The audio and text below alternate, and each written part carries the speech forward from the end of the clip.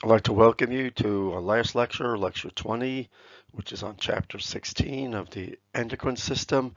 And this is going to be a very critical organ system because how it basically works with the nervous system to integrate the body. And the more we study the endocrine system, we're going to learn, the more we learn about it, and the more we learn of our whole definition of what is the endocrine system.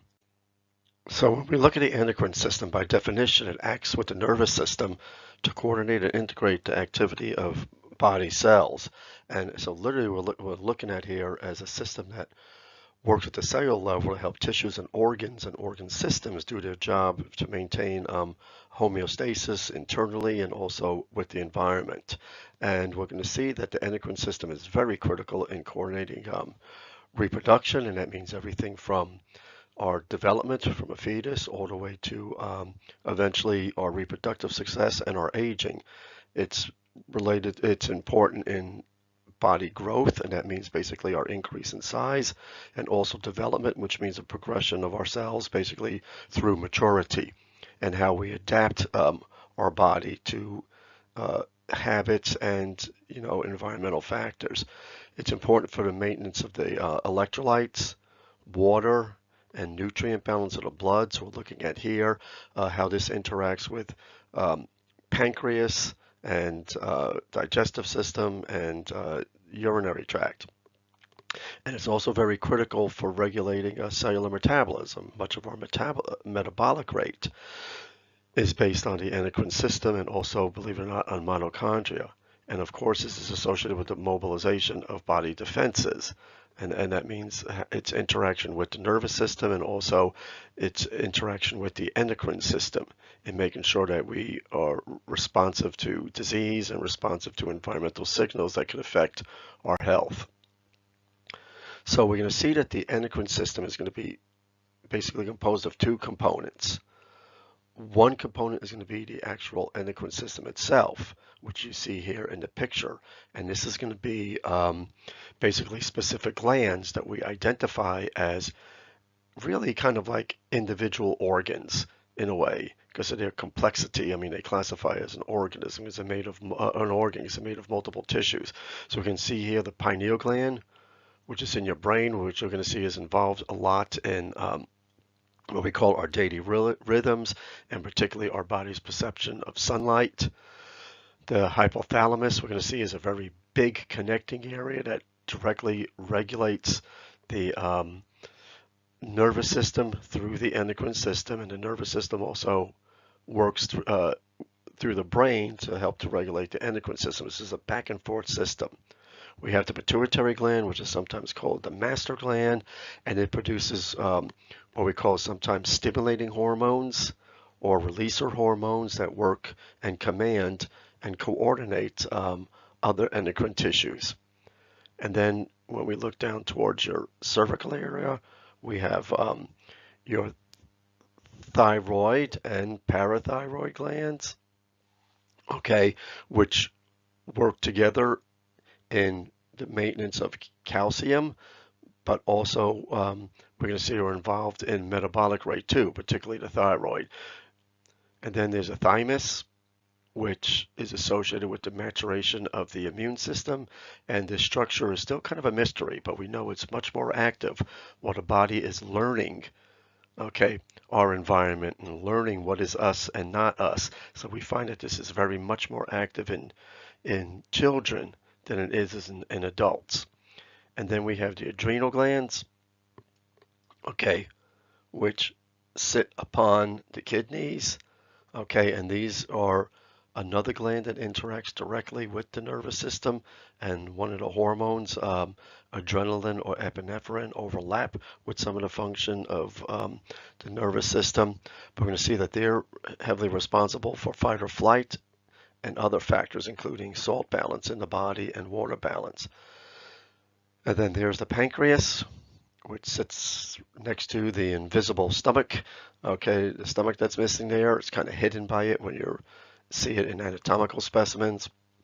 Pancreas has several functions, but its endocrine function is mostly in the regulation of basically how we perceive calories for the some part, but also partially metabolic rate, and we all know for the production of insulin and glucagon, which are responsible for blood sugar regulation and also how we store fat. It's very little known that these two hormones, insulin and glucagon, are associated with fat storage and transport.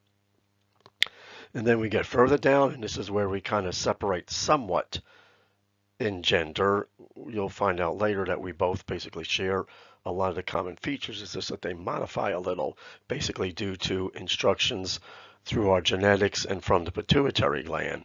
And these are the ovaries and testes, which are reproductive tissues. So their endocrine regulation is with estrogen and testosterone, which testosterone is also produced by adrenal glands, and estrogen is produced by other tissues.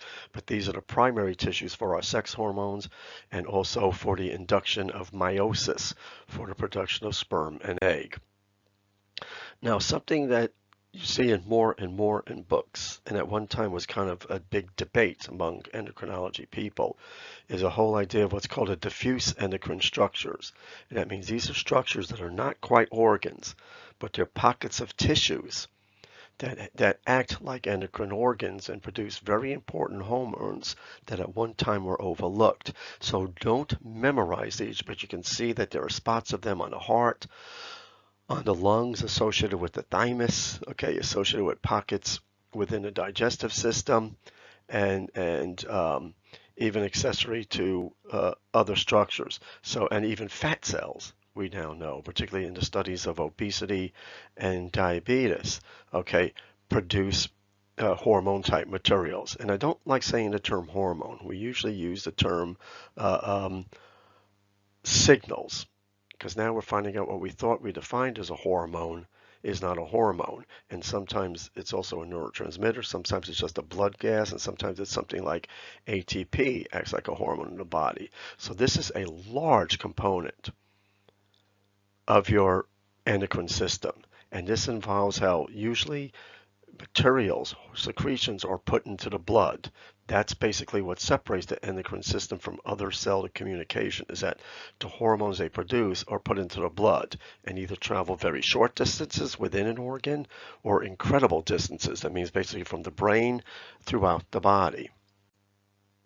So let us kind of define some of these chemical messengers, or what we really appropriately call signals, okay, and their role in the endocrine glands and in the diffuse endocrine system.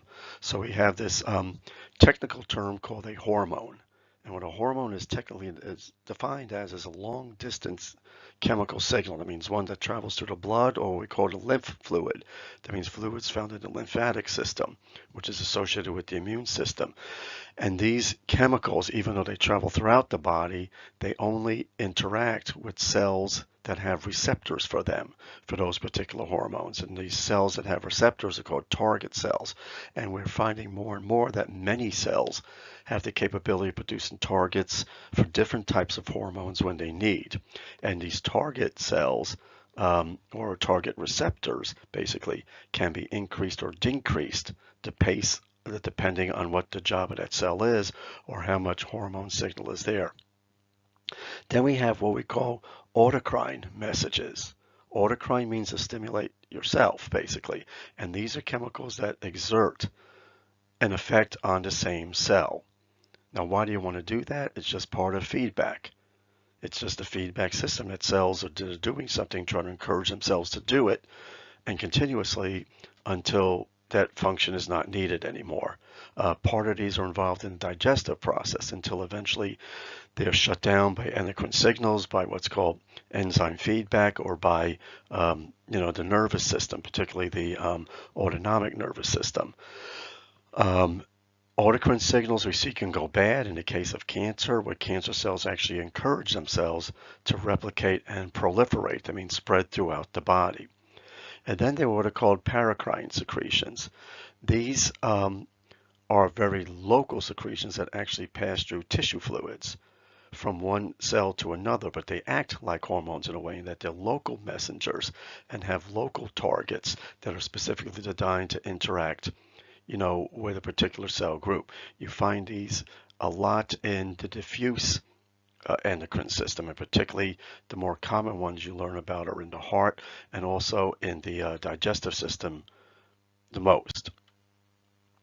So how do hormones work? We talk about this whole thing of the target cell. So we're going to see that hormones are specific secretions, and there's many of them, many hormones, but these are specific secretions that when they travel throughout the blood or body tissue or lymph fluid, they just float around, and by sheer diffusion and transport, they attach to a receptor that is specific for that particular hormone. And not all receptors are specific for one hormone. Some are what we call a little fuzzy, and sometimes they don't perfectly fit. And this is all part of the grand picture of how the body is regulated. But what happens is this hormone sits on that receptor and it starts a series of events. Now, we've learned with nervous system and muscle, those series of events could be the opening of gates that allow an action potential to occur. And this is possible with the effects of hormones. But usually what we do is we open a gate or we control proteins within the cell. And we're going to see that some hormones act on the surface of the cell, some hormones dissolve into the cell. So the hormone acts on what's called the target cell.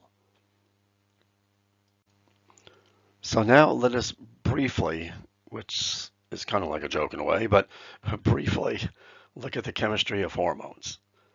The major thing why you need to know that is by knowing the chemistry of the hormones, you know their overall effect on the body, and this helps people who develop drugs, pharmacologists, to really understand how to work with the body, because most of pharmacology is producing signal molecules that have an effect on specific cells or on the endocrine system or on the nervous system, which are cells that are particularly prone to responding to targets. So we have two main classes of hormones, those that are called protein or amino acid based, and these are usually synthesized in the rough endoplasmic reticulum, and sometimes they're actually taken in a diet and modified into a hormone. So this includes breakdown products of proteins, modifications of amino acids, what we call small peptides, and actual large proteins. Usually ones your body synthesizes. Some you actually ingest with your food, but usually digested in the stomach. Steroids. These are lipids related to something called cholesterol. They could also be related to things called terpenes, icosanoids, and what is called arachidonic acid fats. But cholesterol is the basis of the more common steroids we deal with. And you can think of vitamins almost in this factor too. Vitamins sort of sometimes act like signal molecules in a way, and also lipids. So these are biologically active lipids. Okay. So how do these two classes of hormones do their job? When we look at amino acid-based hormones, they act on the surface of the cell. That means they do not get in the cell. These are transported eventually from blood or lymph into the extracellular fluid around the cell, which means that when we start producing hormones, probably they're blocked when they get to the blood-brain barrier as far as the central nervous system goes. But these molecules may also be allowed to pass through the central nervous system, or somehow an indirect signal gets to them. But an amino acid-based hormone, what they do is they sit on a specific receptor.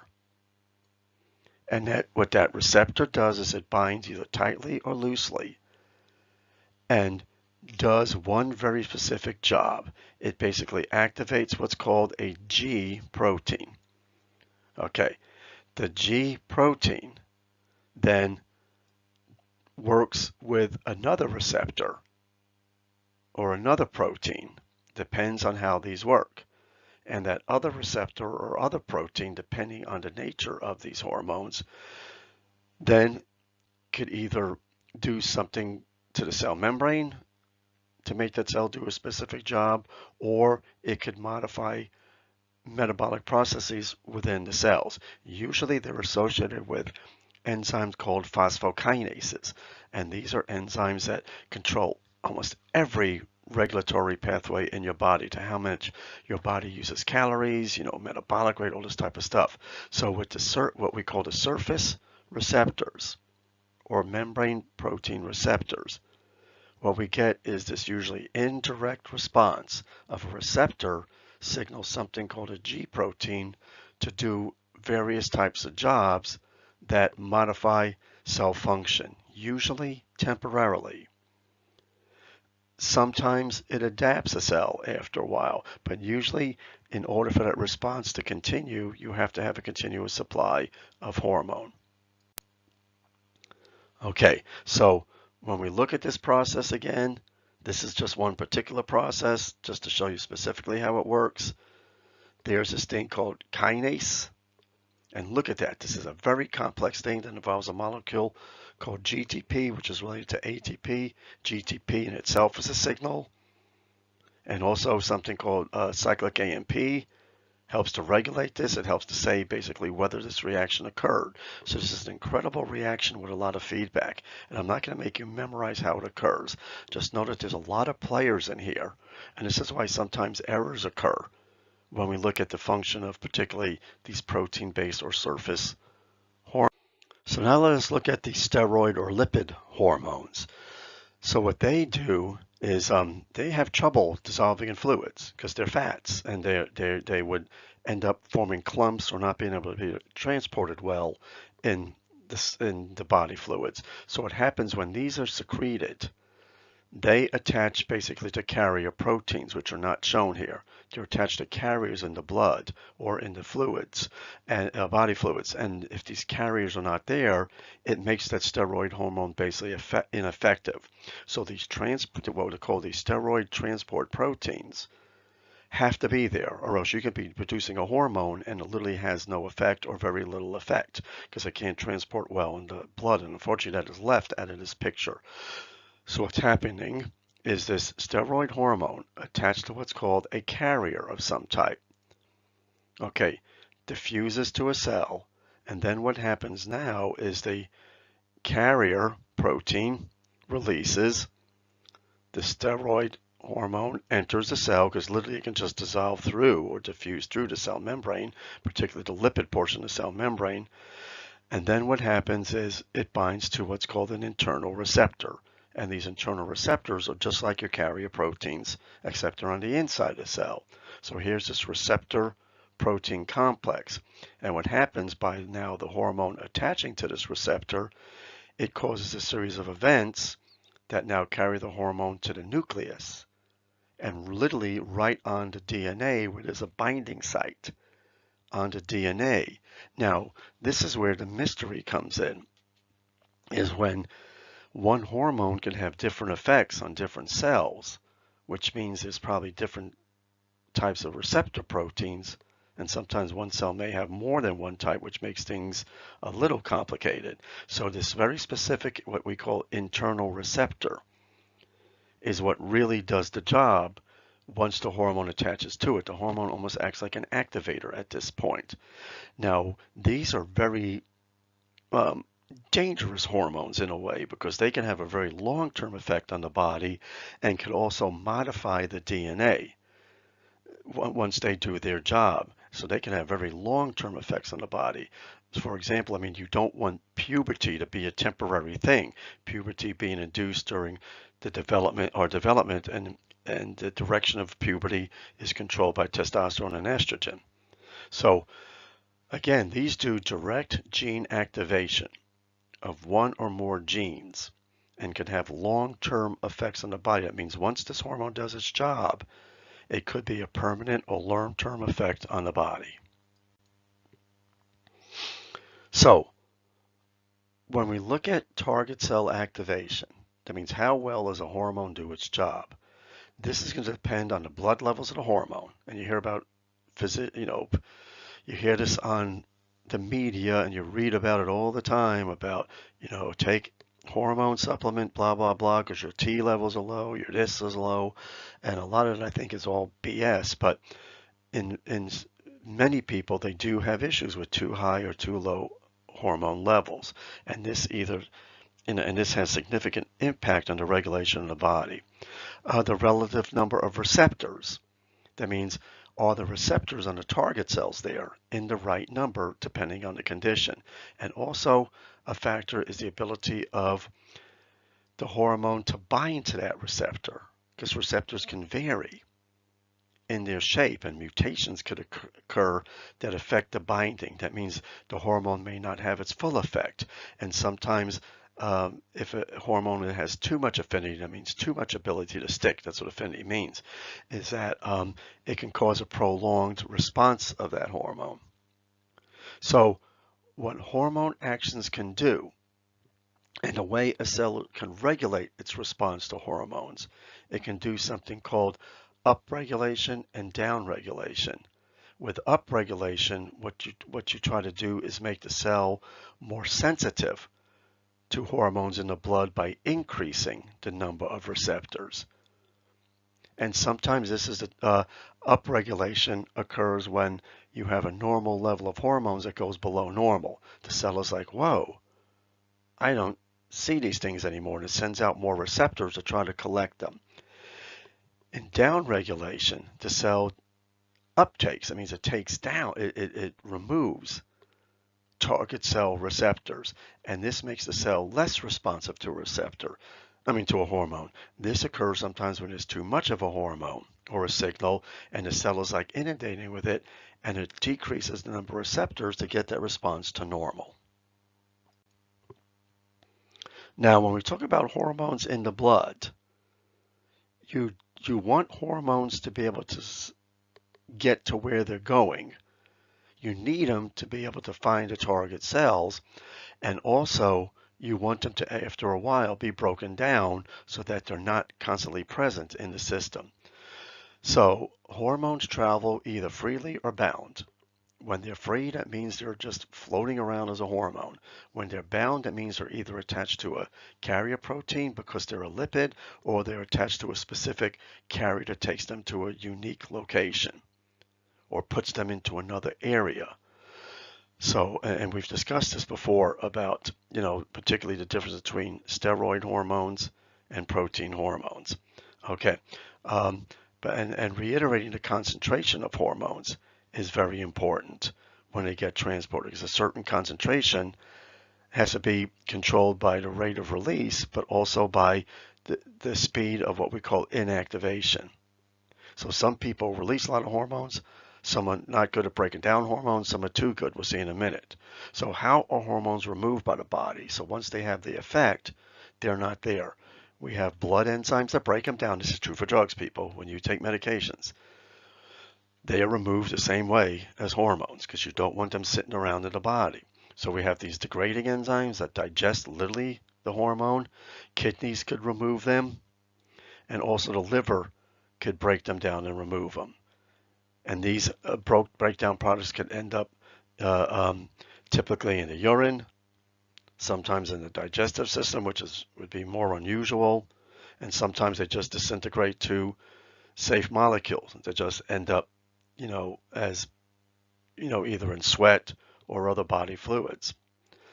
And what medical doctors do is they can do a test, look at what's called the half-life of a hormone. That means how long does it last in the system till half of it's gone. This is a very important principle in hormone therapy and also in pharmacology, is you have to give a certain dose to make sure you have enough at first and it doesn't break down too quickly. So this helps you to understand the actual time effect of a hormone once it's produced. How much is released, how fast, and then how fast does it do its job and get broken down.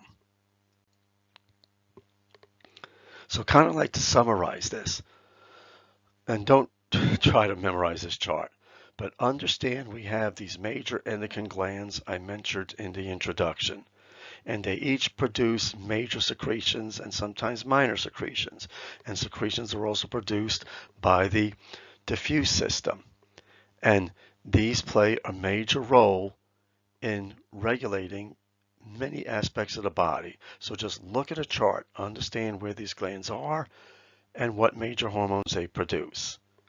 And understand too the role of the hypothalamus. That means that part of your brain